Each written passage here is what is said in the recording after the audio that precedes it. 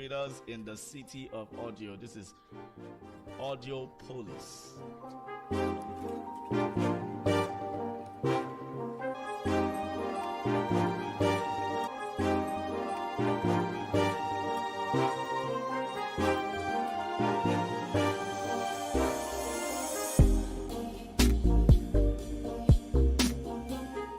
Here with us.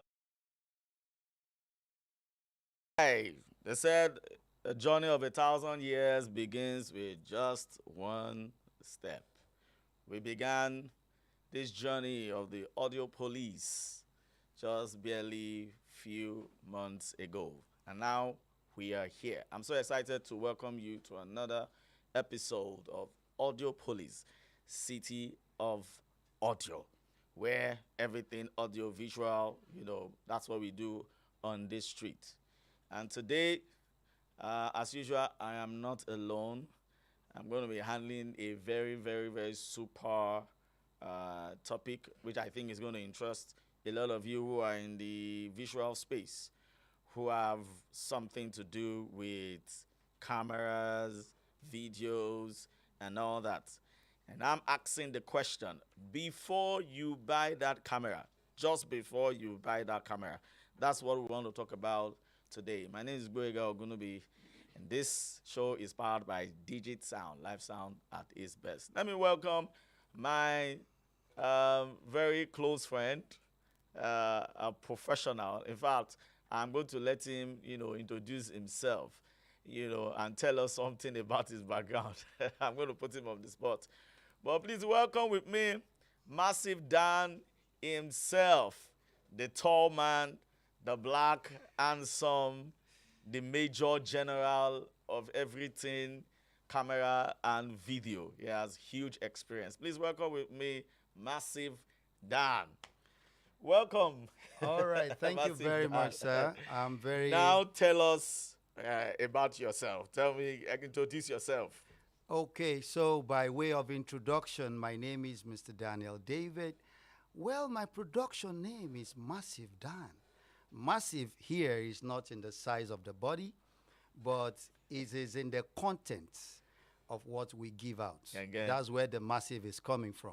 So this is Audio Police, and I'm very excited to be on this show because when we talk about audio, audio is not a standalone concept.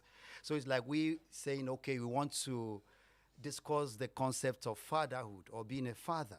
Of course, you know that father has relationship with the mother, the children, the uncles, and every other person in the society. Correct. So when we talk about video in audio, what that means is that there's a relationship here. So when you look at the name audio, video, so this is AU duo and this is VI duo, audio and video. Correct. There's relationship. That's exactly why we want to look at the concept of before you buy that camera. Exactly. Wonderful, wonderful, wonderful introduction. That's what we do here on Audio Police. We like to educate our listener in the very simplest way. I mean, before you buy a camera, we want to highlight various things that you will need to take serious precautions for, the things you need to consider before we get a camera. That's what we want you to know today.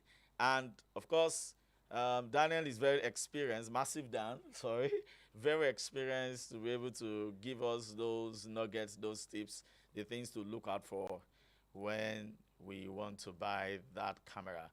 And I think everyone who uses a camera, pastors, filmmakers, even those of you who use cameras on your phones, for various types of production, I think it will be important for you to, this content will be huge and important for you. All right. So, Daniel, because I heard you talk about audio, visual, and all that. I know, let me put you on the spot. When it comes to audio and visual, who is king? Yes, first of all, we have to understand that a camera was primarily made to take pictures and video. The difference between the video and the picture is just that the picture captures just one frame, and the video is same pictures with many frames that gives it motion. That is what the camera was designed for. Now, the audio part is just an addition to it. So, whatever you do with the camera, you cannot take away the place of the audio or the sound person, because they are the ones that will give you the best thing when it comes to output of audio. So you are not going to say because I buy an a camera, I have my audio bars on my camera, I have the mic input, I have the inbuilt microphone on my camera. Because of that, I don't need an audio person, because the camera was not built with that kind of preamps that is able to handle everything. So in this sense, I can say that audio is like the father. Correct. Correct. This whole Audio is king. Yes. Yes, yes, yes. Hooray, audio is king. We are your king. Anyway, today is about camera. I want us to highlight the various things that everyone, I mean, in the market there should look out for when you want to buy that camera. Because a lot of people just like to showcase and say, okay, we want to do this. Some are using camera for live streaming, some are using it for movies, some are just using it for photos, and all that. Please guide us through. I would like us to elaborate almost 4 or 5 things that we need to look out for when you want to get that camera.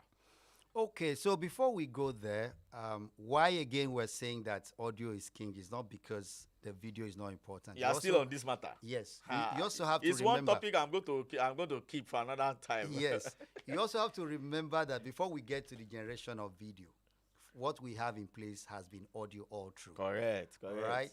So we had the radio stations before we now have the TV stations. And you can enjoy a radio station with audio alone. But there's no way you can enjoy a TV station without audio. Is that right? So that's why the audio again is king. I'm here. getting my facts correct. All right. So then going into what you need to consider before you buy that camera. We Number have one. a lot of cameras, and then they have a lot of features when it comes to audio features.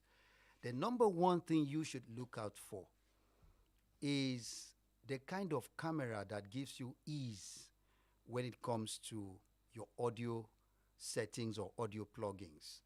Because there are some cameras that if you're not a professional or you've not been in the field for a very long time, you're going to struggle having to find your way around it.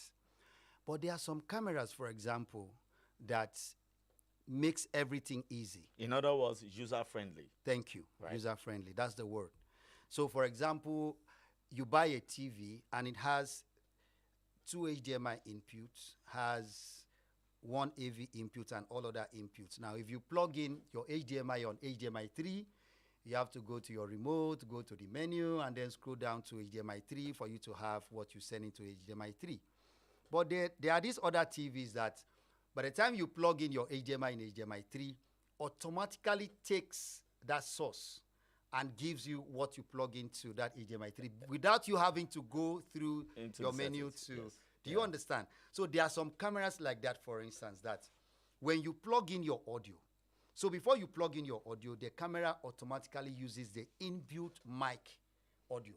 Now, when you plug in your audio, you don't need to go to settings. Immediately, it will now take the source of your external audio. So user-friendly comes to play here. Fantastic. So we take user friendly when you are getting that camera. You should look at a camera that is user friendly, such that it does not. It's mostly just plug and play in terms of its settings. We'll be going on a break not too long from now, but I want us to highlight 4 things. Secondly, what is the second thing we need to look at when you are buying that camera? Because I know people after this audio stuff, they may be looking at things like lens, and then all these focus jargons that you people talk about. So help us. The second point. Yes, second point also have to do has to do with your audio settings. Now, there are some cameras that for you to get your audio settings, you have to go into the menu and do like 4 or 5 steps of settings before what you are bringing in as your external audio is activated. But there are some cameras as well where you just have a button that says external and internal audio. So once you push it down or up to external audio, so it gets this audio in. So Daniel, sorry to cut you. These things that you are saying, the person that is about to buy the camera doesn't know where he's going to get that from. Where, I mean, before, are you going to see the camera and then want to now go and see how the audio can be navigated, or how you can source the audio? Because how can the buyer know that, okay, this camera is easier to operate in terms of audio? So this is where review comes in, and also this is where you have to carry out an extensive consultation, consultations with people that have been in the field. So when you carry out these extensive consultations with people and do some camera reviews, then you are safe because they are going to guide you through this process and then let you know that this is this and this is that. I think you have to do a lot of reviews before you buy. You don't just go to the market to buy. You have to speak to people that are in the field because some people have made these mistakes and then they learn by experience. So through experience, they can be able to advise you on the kind of So camera. is it okay to just say point two will be like the check reviews for the camera? Check Yes. the reviews. There are lots of reviews. As a rule of thumb, a lot of the things that we want to buy in terms of gadgets, just know that people have used it before.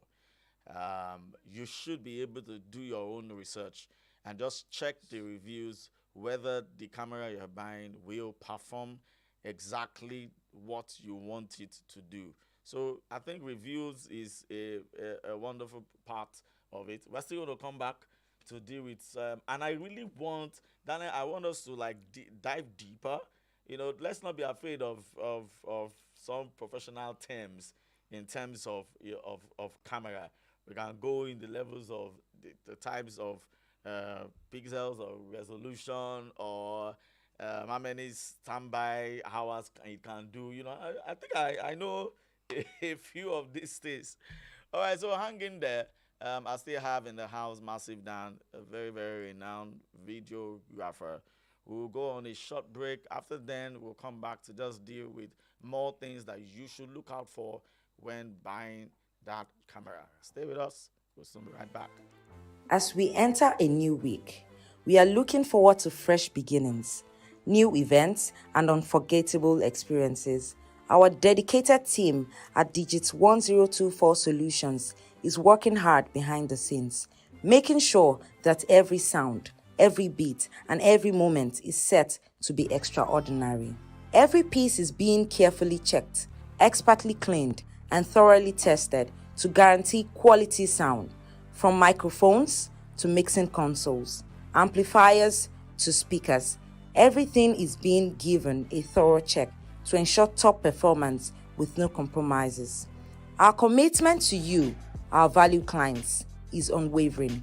Whether it's a corporate event, a grand celebration, or an intimate gathering, we are making sure your stories are told with precision and clarity.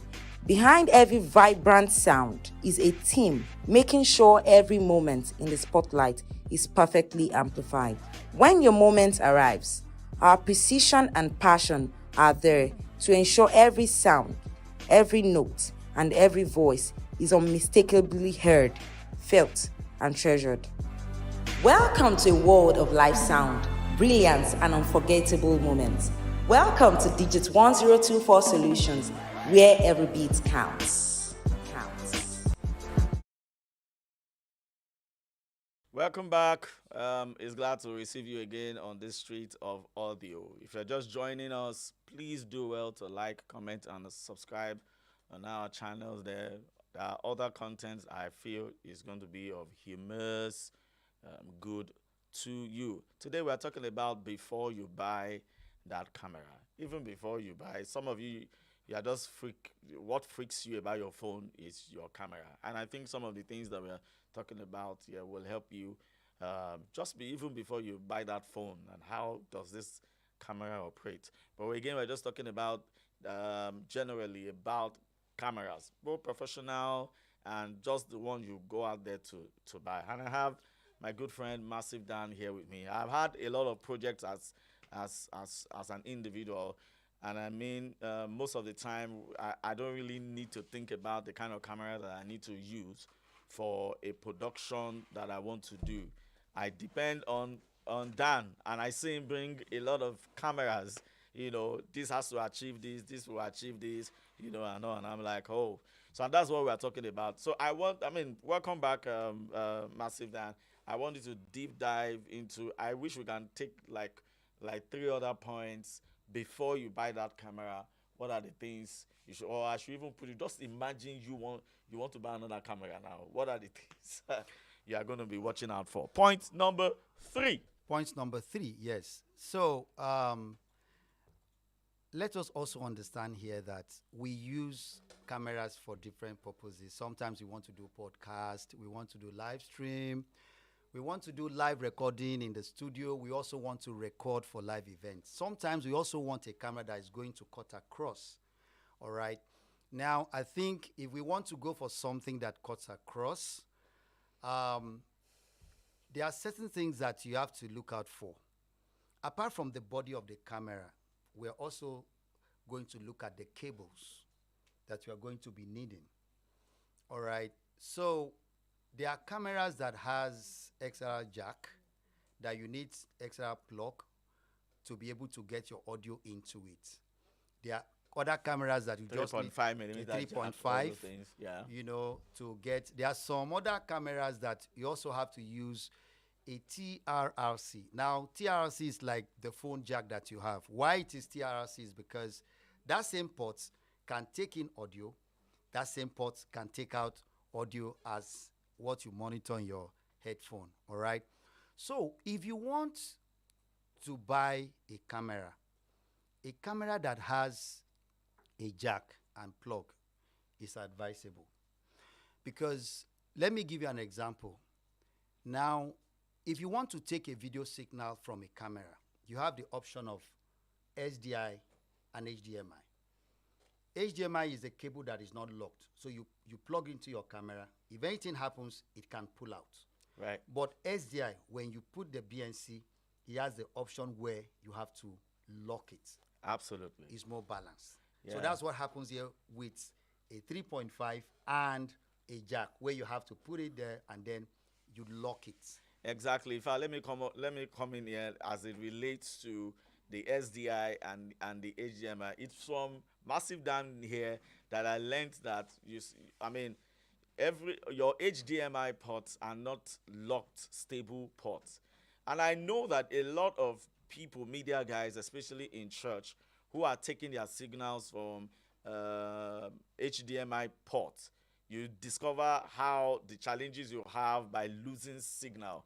It's not, HDMI port is not designed for mobility. Exactly. For you to be moving. It is, if you are going to use camera with an HDMI port, then it needs to be static. It needs to be stable. Correct. If you are going to be moving all around, having a roving camera, you better have cameras that have SDI ports. Thank you. I think that's what it is. Yes. Please go ahead. So another point. Now, there are some cameras that does not have the audio meter displayed on the screen. That is very important. If you buy a camera that does not have the audio meter displayed on the screen, imagine you going for a shoot and you forget to pick your headphone or your earpiece, and then you get to your location and you are late. And then there's no option of having something to monitor your sound. And then you are having this camera that does not have the audio meter or the audio bar displayed on your screen for you to monitor whether your sound is too high, too hot, or too low. So it's going to be a problem. So before you buy that camera, you also have to consider the option of buying a camera that has the audio meter displayed on the screen. So it helps you to monitor your audio. So when your audio comes into the camera, the first thing you do is to activate the audio bars, because some camera has that option of you bringing in the audio bar, or you can take it out. Right. Do you understand? So maybe for distraction or for whatever reasons, you might decide to take it out to see other displays on the screen. Right. So if that option is not, if that audio bars are not displayed, it's always advisable you bring it up, because you might not be able to wear your headphone all through the time. But your eye looking at the shots you are taking is at the same time looking at the audio bar when the audio is too hot or is too low. Because you want to say something. Absolutely. And that's a very valid stuff. I have two questions to ask to just find out, Dan, where does cost come in the type or the choice of cameras that you buy? I see people, media people, like priding themselves, black magic. I hate to call brands here, but priding themselves. This is redhead, and all that. That kind of. Where does cost come in your choice of buying a camera? Should you really consider cost, or you should just like be more interested about what this camera should be able to do? And then the other question is that in terms of lighting, it looks like different cameras behave differently in lighting, both natural and artificial lighting. I think you should take those 2 points. Okay, so in terms of costs, you have to put the two things side by side. What you want to use your camera to do, and then the costs of buying the camera that will, give you what you want. So you have to put it side by side. Now, when you put it side by side, you have to decide, am I willing to put this money down for me to get this camera, because this camera can give me what I want? So if what you want is important to you, of course, you don't have to consider the money you are going to spend. You know that school of thought that once you see a device, us now, once you see a device that can do plenty things, one device that can both record, edit, give you video, adjust lighting. That device you can connect. You can even connect dawn or inside it. You know how you can do. One phone can do so many things. Is that not a flag? Is that not a red flag that you have a camera that can do so many things? It has internet inside. It can, how our Chinese friends, how they merge plenty things Exactly. into one. Yes, Are yes, these yes. red flags, or there should just be something that a camera should have to call it pro? Yes, as it is in other field, when you have a device that is doing too many things, you have to watch out for it. Because sometimes we are tempted to go for it.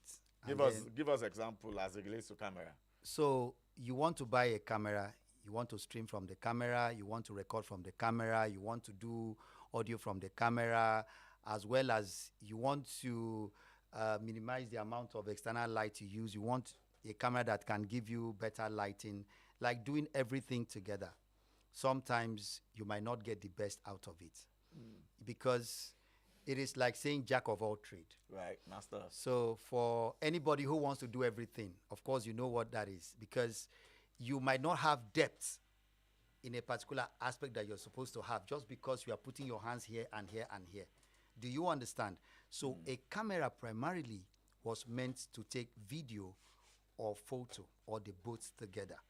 Now, if you have a camera that is doing too many things, that camera might not be good Red at a flag. particular thing. Red flag, exactly.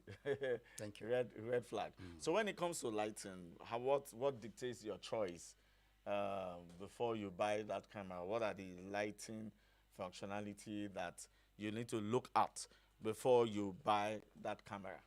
So before you buy that camera, lighting is very important. You cannot take out the place of lighting in audiovisual production. The reason is because when we say photography, what does that mean? It's like writing an image or writing something using lights. Mm. That's what it means.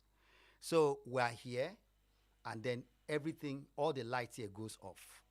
If you like, bring the latest camera, you are not going to see anything.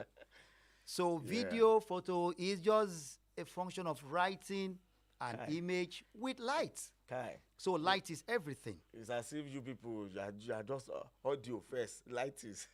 It's Yeah, like your better. yeah. So audio lighting before you talk about the cameras, because the truth about it is that if you get your lighting right, even some low-end cameras Mm. can give you very good pictures or images. That's the truth. So lighting is very important when you want to buy a camera. And another thing you need to know is that when it comes to lighting for camera, it is not the body of the camera that gives you that leverage when it comes to lighting. It is the lens. It is the lens, not the camera. So if you spend money buying a camera and then you forget that what you really need in terms of light is a good lens. In fact, I want to ask a question that has to do with that lens, right? Is it all cameras, all pro cameras that can work with any type of lens, right? Because I hear this your jargons you people say something something 70 millimeter lens, one is 200 millimeter, and all that. I've not even taken that to understand all those all those stuff. But I'm wondering, is it can you invest in lens? Can you just buy one camera and invest in multiple lenses, and the camera will work with that lens, or that a camera that can work with multiple lenses will definitely be pricey in the market? How does this relationship with lens and camera vis-a-vis cost, how does it work? So a camera that has interchangeable lens options will be more expensive Whoa. than the one that does not have. The reason is because what interchangeable lens option does for you is, first of all, you get to a location where your subject is quite far from where your camera position will be.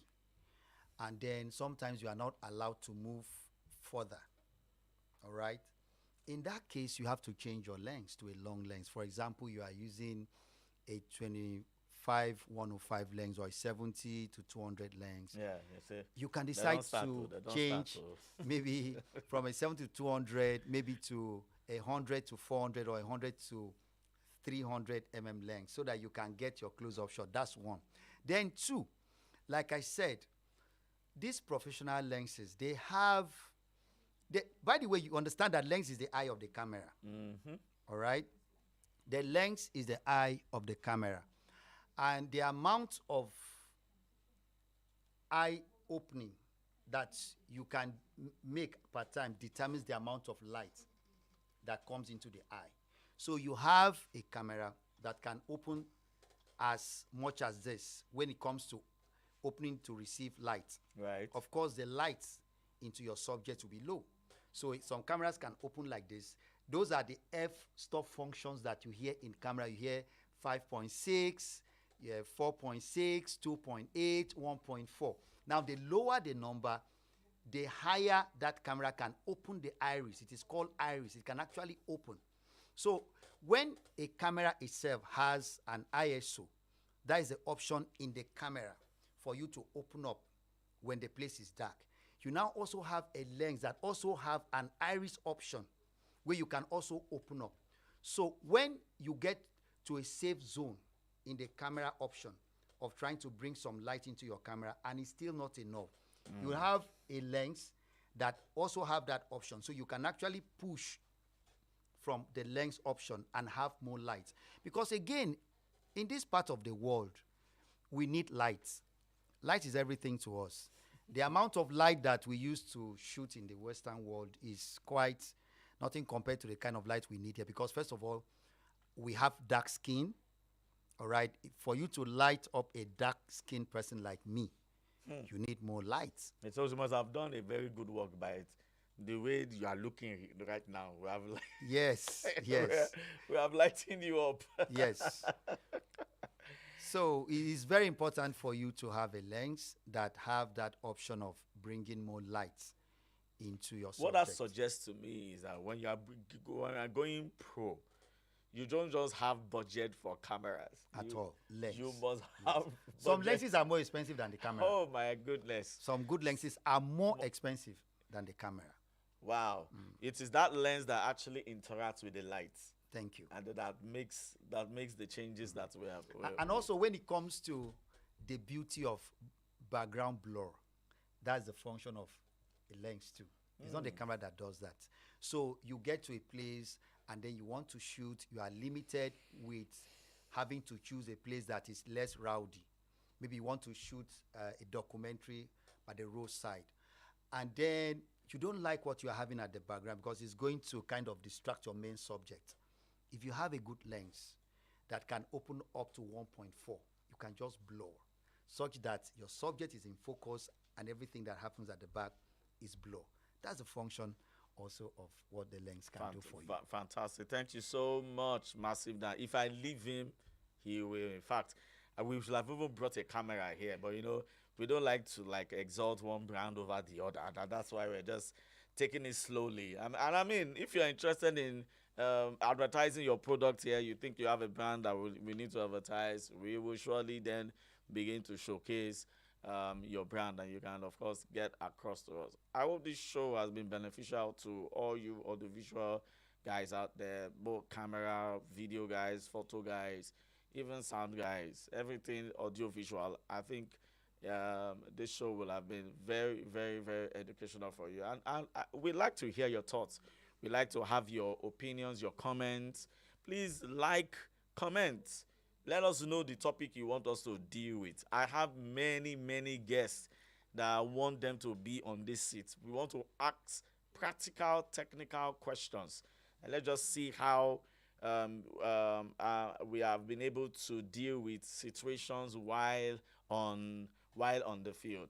I want to thank you so much, Daniel. I don't know whether you have any parting words, for us, for your various colleagues out there, people who are just getting into this business, or those who are handling one camera and another. I know how Massive Dan treasures his camera. The camera is like other babies in the house. So I don't know your parting My words. cameraman can follow, but my camera must not. A human being, you can. Yeah. Yeah, so on a final note, what I would like to say for the people in the video production area is this. That camera you have was not meant to do everything very well. It was meant to do pictures and videos very well.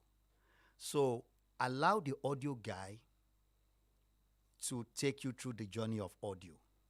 Now, when you want to take audio from the sound guy into your camera, understand that that is their part, especially when you have an event where music and instrument and voice, everything will come in. The camera has their equalizer. They have a lot of small settings inside the audio menu that you can manipulate. But the truth is, let it be that the audio person have exhausted his or her options when it comes to what he can do to get your audio better before you touch anything in the camera. Right. Do you understand? Because some of us, we say, okay, because camera has audio level, mic level, and then the audio guy gives you audio and said, bye-bye, don't worry, I'm going to take care of myself. And you begin to go and, the guitar is too loud, you turn down, the mic is too loud, you are going to kill yourself. All right? So allow the sound guy to give you what is good, and then what you are just getting into the camera is a finished audio that is coming from the sound decks. Thank you very much. Thank you so much, Masida. I know that it has taken huge sacrifice for you to be here with us today. We from Digit Sound really wish you the best. Thank you for coming. I'm sure I'm still going to be having you around for other topics that relates to video. So that's how we wrap it up today on Audiopolis, the city of audio. And when the city is made of audio, it never sleeps. It's always bang, bang, bang, bang. But now we want to take the dB low. We see you next time on this show. Bye, and do have a lovely time.